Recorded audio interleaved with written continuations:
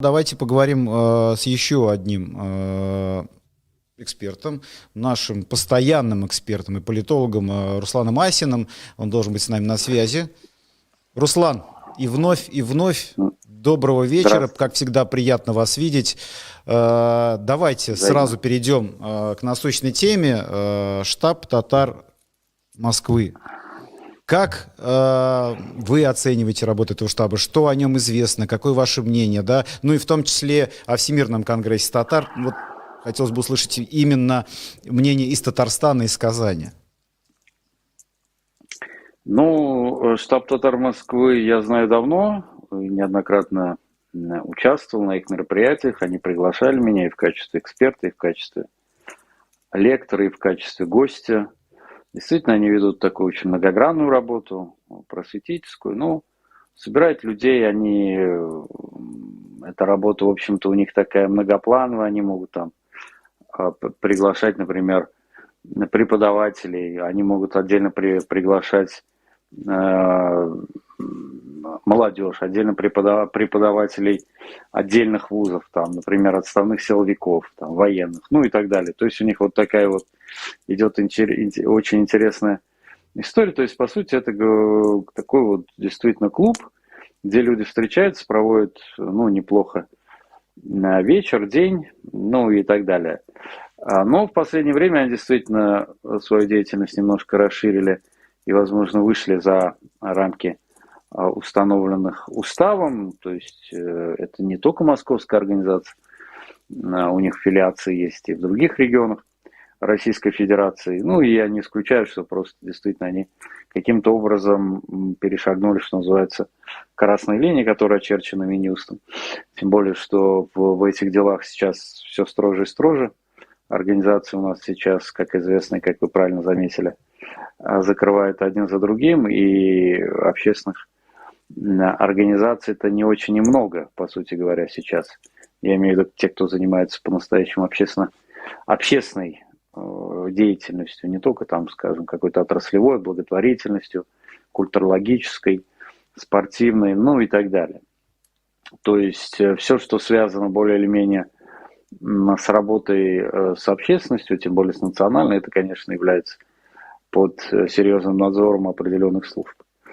Ну и надо отметить, что у них сложились достаточно непростые отношения с Всемирным конгрессом татар. Это тоже хорошо известно, потому что в какой-то момент их хотели принять в Всемирный конгресс татар. Это организация всемирная, туда входит там более 300 организаций, не только российских, но и международных. Татарская диаспора, она проживает во многих странах, и в странах СНГ, и в дальних странах, в дальнем зарубежье.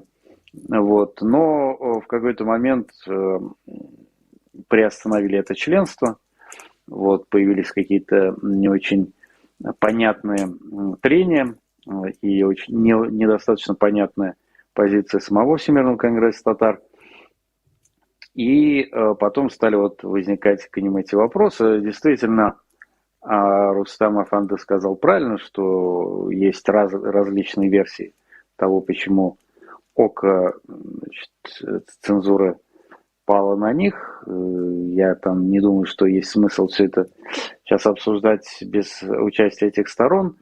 Тем более, что я знаю и ту, и другую сторону очень хорошо, и Всемирный конгресс татар, и штаб татар. Вот, мне бы хотелось услышать их позицию достаточно внятную, отчетливо, потому что то, что я считаю, возможно, будет идти вразрез с их представлением о ситуации. Вот. Но в действительности Рустам Эмалиев человек достаточно системный, он не делал никаких таких резких шагов, которые могут вызвать какое-то неудовольствие у властей. Более того, он плотно работал с властями и был помощником вот Табеева, это секретарь татарского обкома в свое время, и один из руководителей, один из членов тогдашнего советского правительства. Вот человек достаточно известный, не только в узких кругах. Поэтому он, в общем-то, понимает и знает правила игры политической в том числе, и как административная система, административная машина работает вообще. Вот. Поэтому я думаю, что это недоразумение они смогут устранить. Тем более, что работают они с привлечением бизнеса, то есть они мало что просят у государства, что в наши непростые времена, ну, на мой взгляд, очень достойно и должно только приветствоваться, потому что мало кто сейчас из вообще зажиточных людей готов вкладываться вообще в культуру, в сохранение традиций, самобытности Вот, Руслан, национальной. я позволю вас, да, задать вам вопрос сопутствующий. Вот по поводу тех людей, которые входят в штаб татар Москвы, ну, по крайней мере, входили, да, насколько они влиятельны, именно участники? Ну, вы знаете, я же вот вначале сказал, что участники там разные. То есть туда могут пригласить разных людей. Могут депутата пригласить, могут там пригласить студента. Вот это не какая-то единая структура, там нету членства как такового, ну, как я понимаю. Она достаточно такая, ну, переливающаяся, вязкая.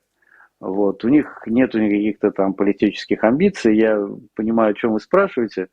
Я читал там ряд постов на этот счет в телеграммах, в телеграм-каналах. Но, честно говоря, это вызвало у меня небольшую улыбку, потому что связать это с Хуснуллиным и с татарской партией, ну, наверное, очень ярко, но, по сути говоря, мало имеет отношения, потому что большие деньги, как известно, любят тишину, большие деньги не светятся таким образом, и многие вопросы решаются вообще кулуарно, в лучшем случае в бане где-нибудь. Поэтому нет, это немножко другая история, это скорее история, связанная вот с тем, о чем сказал сам руководитель организации Рустам Ямалеев. Хотя, конечно, многих представителей как бы Татарстана, которые находятся в Москве на высоких позициях, они знают, кого-то приглашают, приглашали, сейчас я просто не думаю, что там Хуснуллин или какой-нибудь Файзуллин смогут прийти, просто потому что у них график большой и протокольные дела все-таки никто не отменял, да. Вот. Поэтому здесь, я думаю, эта история немножко натянутая, она мало имеет отношения к политической составляющей. Хотя, наверное, притянуть можно, конечно, при всем желании. При всем желании можно, да. Ну, И все-таки, как вы считаете, Руслан, насколько можно. здесь термин «татарская склока» имеет место быть? Все-таки фигурирует эта фраза, да, и все-таки еще одна фраза есть, которой прицепились СМИ, это то, что сказал Рустем: нам надо взять Москву. Может быть, здесь какое-то зерно? Или опять тоже за уши притянули? Ну, наверное, взять Москву у каждого россиянина сидит в крови. Кто-то считает, что Москва слезам не верит, кто-то считает, что Москву стоит завоевать. В общем-то, по крайней мере, не нынешний мэр Собянин, значит, не является коренным москвичом. Поэтому я думаю, что и к нему это можно адресовать. Ну, я думаю, это было сказано ради красного словца, не более того. Он имел в виду, что необходимо объединить татар Москвы и области, потому что там очень много организаций, они не всегда ладят между собой, и это мешает работе. Вот. Поэтому задача объединения, ну, как бы действия в одном ключе на самом деле очень важная. Вот. Но у татар есть хорошая поговорка, которая звучит так, что собираются два татарина и обязательно организуют 3 партии, противостоящие друг другу. Вот. Здесь это тоже имеет место быть, конечно. Трудно договориться, но это не только татарам свойственно, понятно. Вот. Договориться стоит всегда. Вынужден, к сожалению, констатировать, что проблемы тоже есть, и склоки тоже бывают, и они вылазят наружу, к сожалению. И если эта история вот склочная, то, конечно, стоит только сильно пожалеть, потому что, ну, никому на пользу она точно не пойдет. В общем-то, я думаю, что так или иначе Рустам Ямалеев человек-то опытный, он и общественными делами занимается давно, и бизнесовыми делами занимается давно, и поэтому понимает, как система работает. И я думаю, что они так или иначе смогут, как вы сказали до этого, перестроиться, переформатироваться и продолжить свою работу, благо, что она действительно очень важная для судьбы нашей страны. Ну и в наше нелегкое время, когда, опять же, вы правильно подметили то, что закрываются организации, и в том числе экстремистские, да, признаются экстремистскими. Поэтому здесь очень важно, конечно, не только следить за словами, но и правильно строить работу своей организации, да, и в том числе выстраивать устав, и ни в коем случае, конечно, не забегать, скажем так, за пределы, которые позволяются российским законодательством. Руслан, спасибо большое, то, что были с нами сегодня, как всегда. Спасибо. Приятно было пообщаться. Доброго вам вечера. Ну и на этом, друзья, будем заканчивать.